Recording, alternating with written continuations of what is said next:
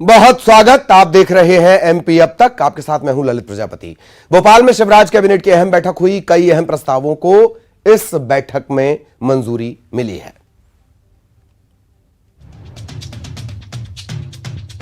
आज शिवराज कैबिनेट की अहम बैठक हुई, जिसमें शिक्षकों के लिए स्थायी तबादला नीति को सरकार ने मंजूरी दी। मध्य प्रदेश में पहली बार सरकारी स्कूल टीचर्स के लिए स्थायी ट्रांसफर पॉलिसी लागू की जा रही है। स्कूल शिक्षा मंत्री इंदर सिंह परमार एक बार इस पॉलिसी के बिंदुओं का परीक्षण कर लें, फिर इसे लागू किया जाएगा।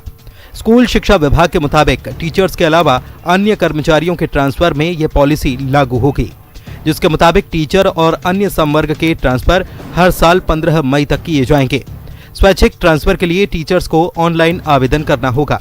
ट्राइबल एरिया में प्रशासकीय आधार पर पदस्थ टीचर को प्रोत्साहन भत्ता भी मिलेगा। पहले प्राथमिकता के आधार पर प्रशासनिक और फिर स्वैच्छिक ट्रांसफर होंगे। एक नवीन स्कूल शिक्षा विभाग की स्थानांतरण नीति जारी किए जाने का भी तय किया है और उसमें प्रमुख रूप से ये 23-24 की प्रभावी नीति होगी।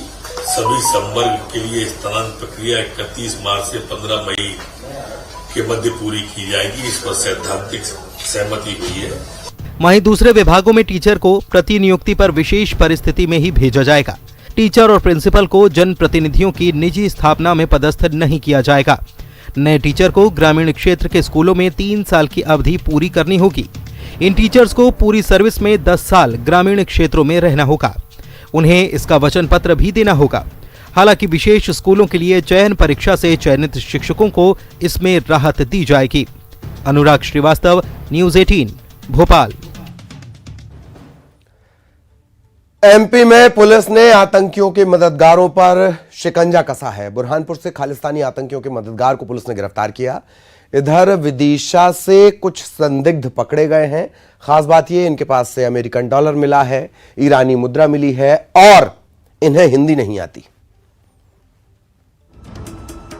बुरहानपुर में खालिस्तानी आतंकियों का मददगार गिरफ्तार हुआ है।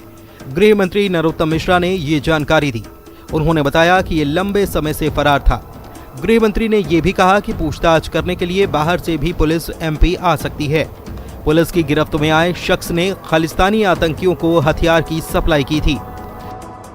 बुरहानपुर में पुलिस ने हमारी ने एक लंबे समय से फरार जो था आसन सिंह सिकलीकर, जिस पर उस दौर में खालिस्तानियों को हथियार देने का जो आरोप था, उसे गिरफ्तार किया है। बड़ी सफलता है वो पुलिस की। बाहर की भी पुलिस पूछताछ के लिए आ सकती है उससे। वहीं विदिशा के सिरोंज इलाके से पुलिस ने 2 संदिग्ध विदेशी नागरिकों को हिरासत में लिया है। दोनों ईरान के अल गुर्ज के बताए जा रहे हैं। दोनों के पास से अमेरिकन और ईरानी मुद्रा मिली है। सिरोंज में, विदिशा जिले में 2 संदिग्ध व्यक्तियों को हिरासत में लिया है। ये दोनों व्यक्ति न हिंदी जानते हैं और न इंग्लिश जानते हैं। दुभाषीय के माध्यम से डिटेल निकाली जा रही है। अरबी या रशियन जैसी भाषा उनकी लग रही है। जो पासपोर्ट और कागज मिले हैं वो ईरान के अलबुर्ज के हैं।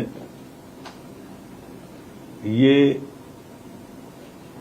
अभी जो ध्यान में आया, तेहरान से दिल्ली होते हुए आए हैं। एमपी में एनआईए की छापेमारी के बाद पुलिस आतंकियों को लेकर अलर्ट हो चुकी है और इसी क्रम में आतंकियों के मददगार की गिरफ्तारी की गई है। बुरहानपुर से शारिक अख्तर और विदिशा से भरत राजपूत के साथ शैलेंद्र भदौरिया, न्यूज़ 18, भोपाल।